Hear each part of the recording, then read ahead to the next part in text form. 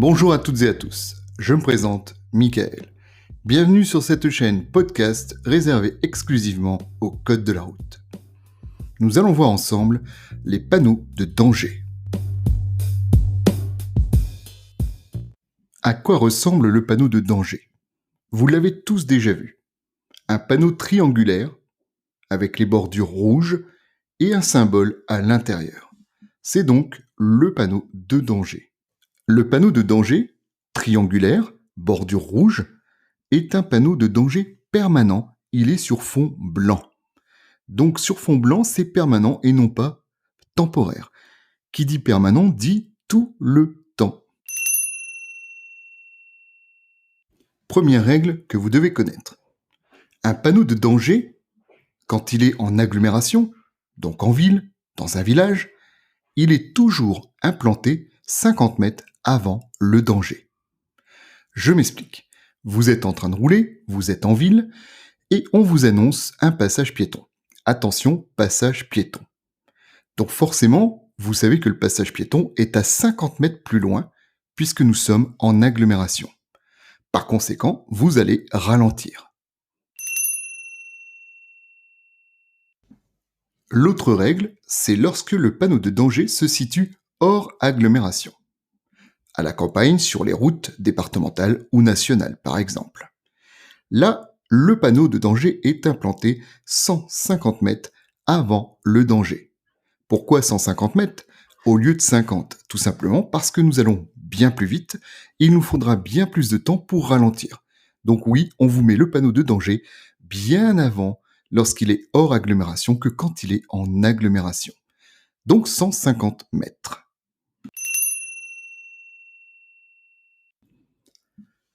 Sous ce panneau de danger, on peut mettre également un panonceau. C'est quoi un panonceau ? Un panonceau, c'est une plaque rectangulaire blanche avec l'écriture noire. Et donc ce panonceau, il peut y avoir 500 mètres à l'intérieur avec de chaque côté 2 flèches. Lorsque votre panonceau donc a 2 flèches sur le côté, cela signifie tout simplement que la distance va être sur une certaine distance, par exemple 500 mètres. Prenons l'exemple d'un panneau de danger avec un virage à droite. Nous sommes hors agglomération, donc le danger se situe à 150 mètres, ça vous l'aurez compris. Je rajoute sous le panneau de danger un panonceau marqué sur 500 mètres, avec les 2 flèches de chaque côté. Eh bien attention, la règle ne change pas pour autant.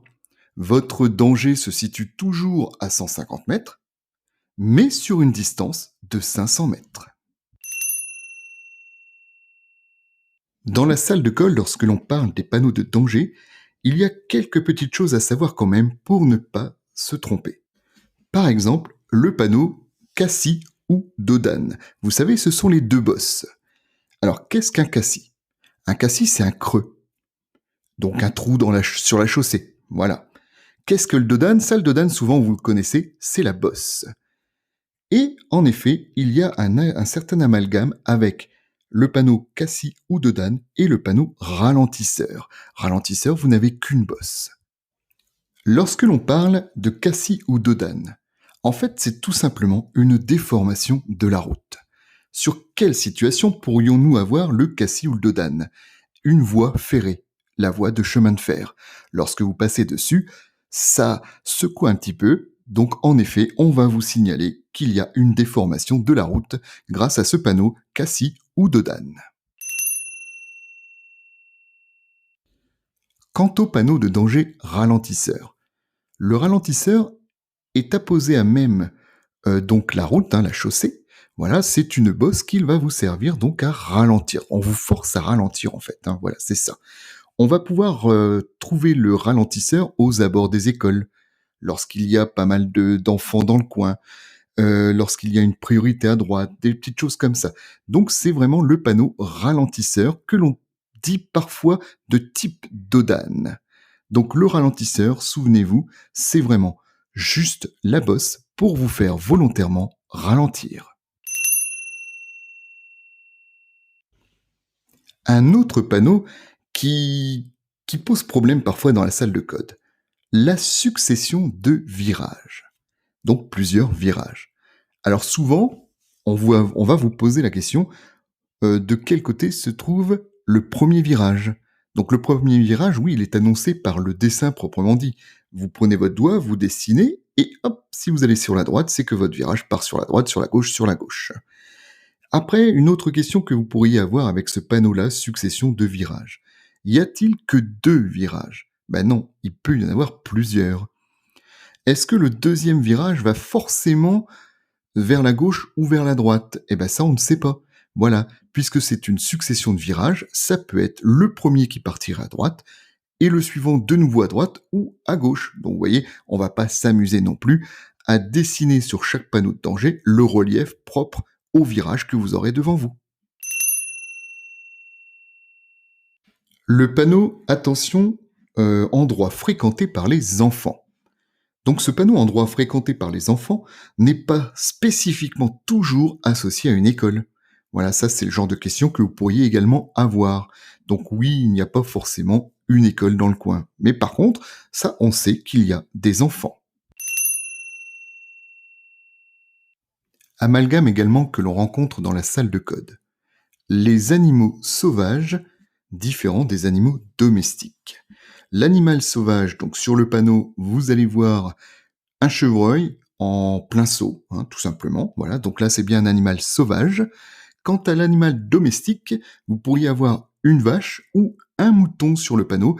Et je vous rappelle que les animaux domestiques, ce sont les animaux domptés par l'homme. Donc la vache et le mouton sont des animaux domestiques. Le panneau chute de pierre ou présence de pierre sur la chaussée pose parfois également problème dans la salle de code. En effet, bon nombre pensent qu'il n'y a que des chutes de pierre.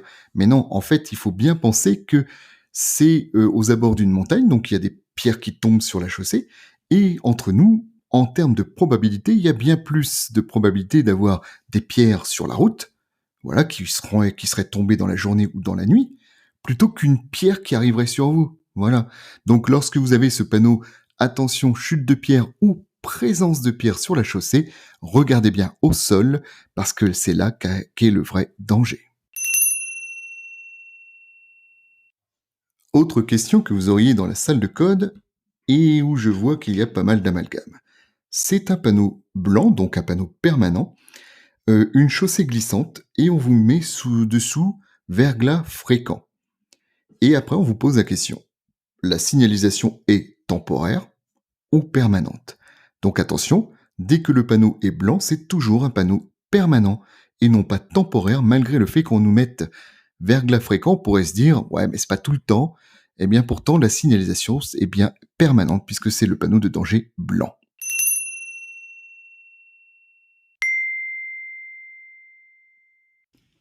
Attention, très important. Je vous ai dit au début de ce podcast qu'un panneau de danger, lorsqu'il est implanté en agglomération, il est implanté donc 50 mètres avant le danger. Et lorsque vous êtes hors agglomération, le panneau de danger est implanté 150 mètres avant le danger. C'est vrai pour tous les panneaux, sauf pour un panneau. C'est le panneau double sens. Vous savez, la flèche qui part vers le haut et la flèche qui part vers le bas. Le panneau double sens, c'est curieux, mais c'est le seul panneau qui prenne effet immédiatement. Et du coup, vous avez pas mal de questions dans la salle de code avec ce panneau où on vous pose la question, le double sens commence à quel moment? Donc on retiendra immédiatement. Dans les panneaux de danger, vous avez également des panneaux de danger dits temporaires. Très faciles à repérer, ils sont jaunes. Donc lorsque vous voyez un panneau triangulaire jaune à bordure rouge, c'est forcément un panneau temporaire. Et n'oubliez pas que tous les panneaux temporaires prennent le dessus sur les autres panneaux permanents. Dans la famille des panneaux temporaires, donc les panneaux de danger temporaire, il y a quelques petites choses à connaître quand même. Le panneau de danger temporaire, chaussée rétrécie des deux côtés. Attention, la chaussée rétrécie des deux côtés signifie que ça peut se rétrécir soit que par la gauche, ou soit que par la droite, ou bien les deux. Je vous rappelle que la chaussée, c'est la route. Il peut y avoir des travaux sur la route, et du coup, il n'y aura qu'un petit morceau de la route pour pouvoir passer. Et ça risque d'être difficile d'y passer à deux. Donc du coup, on vous prévient de quel côté se rétrécit la chaussée.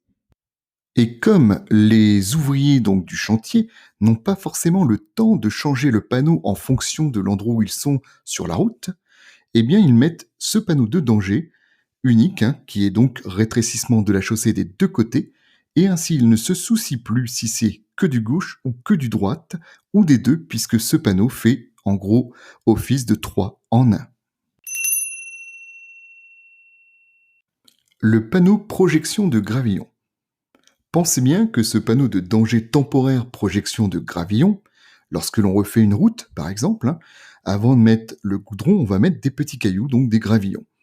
Attention, il y a risque de dérapage, mais oui, de dérapage comme on faisait quand on était gamin à vélo sur les cailloux, mais il y a également risque de projection de gravillon, donc d'impact au niveau du pare-brise. Et bien voilà les amis, c'en est fini avec les panneaux de danger. Alors forcément, je n'ai pas pu énumérer tous les panneaux de danger parce que quand même il y en a pas mal. Je vous invite à ouvrir votre livre de code, à regarder à quoi ressemble le panneau, sa définition et à comprendre à quoi il sert. Donc n'hésitez pas à me retrouver sur cette chaîne podcast réservée exclusivement au code de la route. En attendant, je vous dis bye bye et à bientôt. À ciao.